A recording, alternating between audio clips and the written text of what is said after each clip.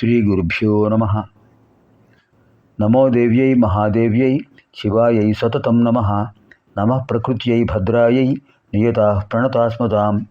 శృతిస్మృతిపురాణానాం ఆలయం కరుణాలయం. నమామి భగవత్పాదం శంకరం లోకశంకరం. అర్చనకాలే రూపగత, సంస్తుతికాలే శబ్దగత, చింతనకాలే ప్రాణగత, తత్వవిచారే సర్వగత. ఓం ఐం హ్రీం శ్రీం శ్రీమాత్రే నమః. ఓం ఐం హ్రీం శ్రీమాత్రే నమః. ఓం ఐం హ్రీం శ్రీమాత్రే నమః. ఓం ఐం హ్రీం శ్రీం శ్రీమాత్రే నమః. ఓం ఐం హ్రీం శ్రీం శ్రీమాత్రే నమః. ఓం ఐం హ్రీం శ్రీం శ్రీమాత్రే నమః. ఓం ఐం హ్రీం శ్రీం శ్రీమాత్రే నమః. ఓం ఐం హ్రీం శ్రీం శ్రీమాత్రే నమః. ఓం ఐం హ్రీం శ్రీం శ్రీమాత్రే నమః. ఓం ఐం హ్రీం శ్రీం శ్రీమాత్రే నమః. ఓం ఐం హ్రీం శ్రీం శ్రీమాత్రే నమః. ఇప్పుడు ఉత్తర పిఠికలో 44, 45, 46, 47 శ్లోక చతుష్టయం ఆ విశేష విషయం తెలుసుకుందాం.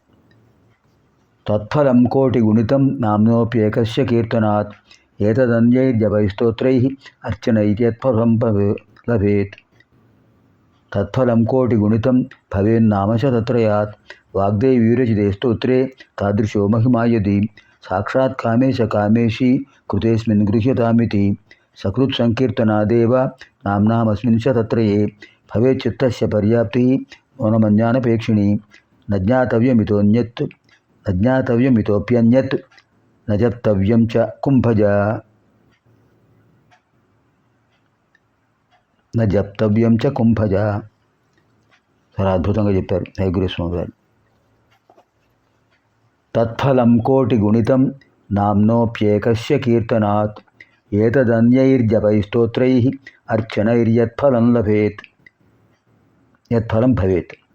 తత్ఫలం కోటి గుణితం భవేన్నామ శతత్రయాత్ వాగ్దేవీరచితే స్తోత్రే తాదృశో మహిమా యది సాక్షాత్ కామేశ కామేశీ కృతేస్మిన్ గృహ్యతామితి. సకృత్ సంకీర్తనాదేవ నామ్నామస్మిన్ శతత్రయే భవేత్ చిత్తస్య పర్యాప్తిః నూనమన్యానపేక్షిణీ. నజ్ఞాతవ్యమితోప్యన్యత్ నజప్తవ్యం చ కుంభజ. ఇక్కడ కుంభజ సంబోధన. ఇప్పుడు 44లో పదవి భాగం. తత్ఫలం కోటి గుణితం నామ్నః అపి ఏకస్య కీర్తనాత్ ఏతత్ అన్యైః జపైః స్తోత్రైః అర్చనైః యత్ఫలం భవేత్. సప్తపది అయం శ్లోకः.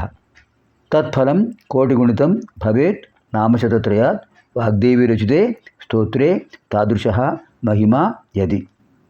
నవపది అయం శ్లోకः.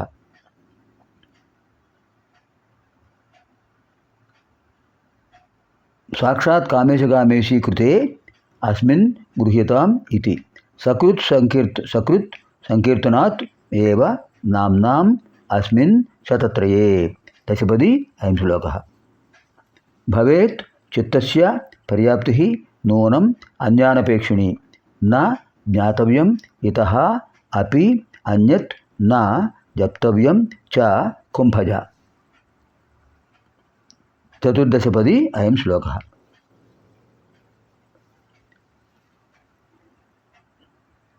తత్ఫలం కోటిగుణితం నామ్యోప్యేకస్య కీర్తనాత్ ఏతదన్యైర్జపైస్తోత్రైః అర్చనైః యత్ఫలం భవేత్. నామసహస్రపారాయణ కంటే త్రిశతి ఒక్క నామ సంకీర్తన చేయడం వల్ల కూడా విశేషంగా లభించదు. సహస్రనామ స్తోత్రం చేయడం కంటే కూడా త్రిశతిలో ఒక్క నామాన్ని జపించినా కూడా అలాంటి ఫలితం వస్తుంది, అంతకంటే ఎక్కువ ఫలితం వస్తుంది.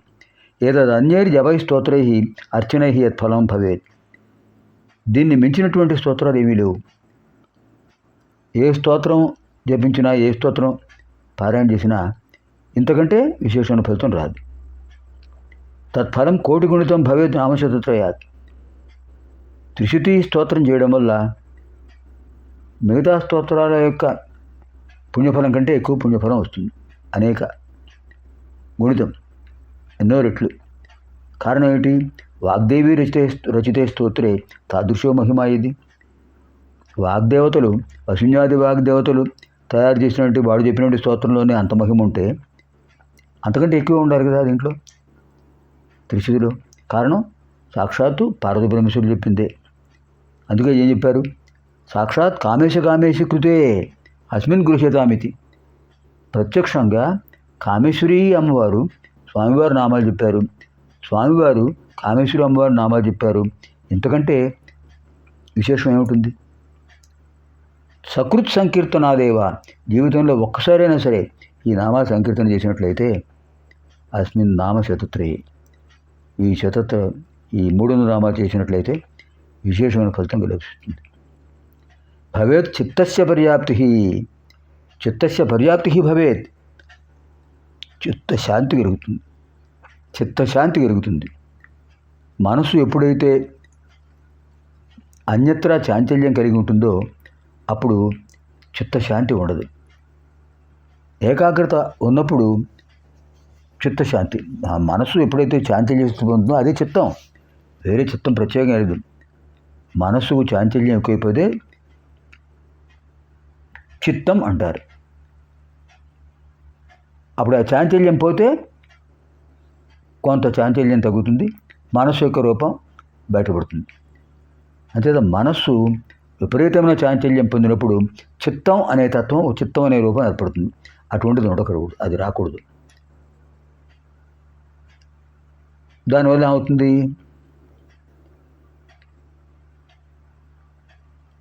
చిత్తస్య పర్యాప్తి.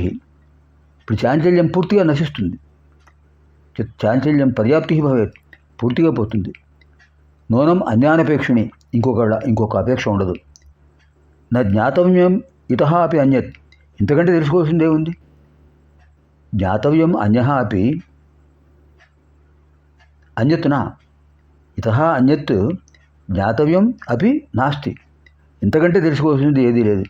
నా జప్తవ్యం చ కుంభజ, ఓ అగస్త్య మహర్షి, ఇంతకంటే వేరే మరొకటి జపం చేయవలసిన అవసరం లేదు. నామసాహస పారాయణం కంటే త్రిశతిలో ఉన్నటువంటి ఒక్క నామ సంకీర్తనం చేయడం వల్ల అయినా అనేక విశేష ఫలితాలు కలుగుతాయి, ఎన్నో రెట్ల ఫలితాలు కలుగుతాయి.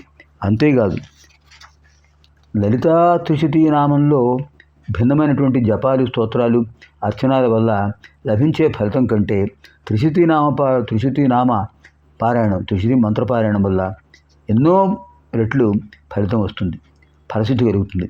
వాగ్దేవి దేవతలు ఉన్నారే, ఎవరు?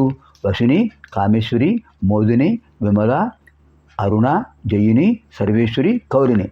ఈ 8 మంది వాగ్దేవతలు లలితా సహస్రం చెప్పారు.